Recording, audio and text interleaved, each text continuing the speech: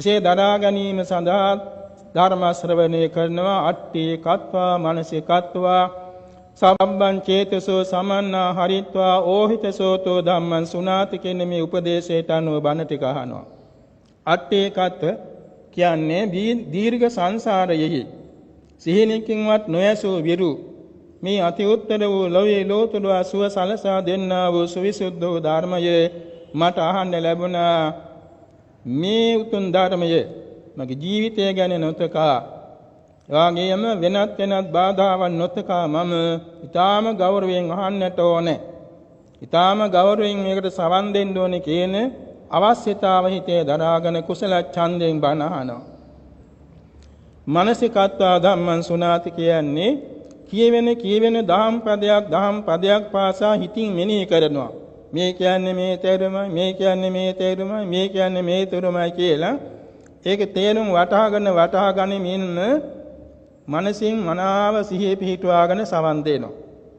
එවාගෙම සම්බන් චේතසෝ සමන්නාහරිත්වා ධම්මං සුනාති කියවෙන දහම් පදයක් පාසා මල් වඩමක් ගොතන්නාක් මෙන් මුතු ඇට අමුණන්නාක් මෙන් අතරක් නෑරේ දහම් පද ටික හිතට ඇතුළත් කර ගනිමින් බණ අහනවා.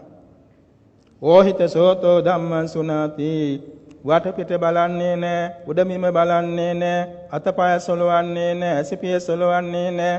සමාධියට සමයදිනු ධානයට සමයදිනු යෝගාවචරයෙක් වාගේ පහසු විහරණයෙන් ශරීරය තන්පත් කරගෙන දේශවන් නමාගෙන අර මුලින් සඳහන් කළානේ සතරම් භාජනයේ සිංහතෙල් තන්පත් වෙන්න වාගේ තමන්ගේ මනසේ ධර්මයේ තන්පත් වෙන හැටියට සතෝ සම්පජානකාරීව සිහිනුවණින් යුතුව ධර්මයේ ශ්‍රවණය කරනවා.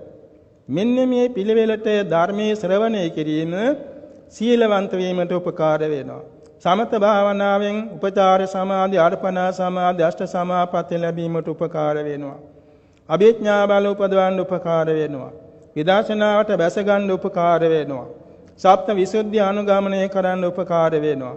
එවාගේ මාර්ගඵල ප්‍රතිලාභයට අත්‍යවශ්‍යව උපකාර වෙනවා. මේ නිසා සද්ධම්ම ශ්‍රවණං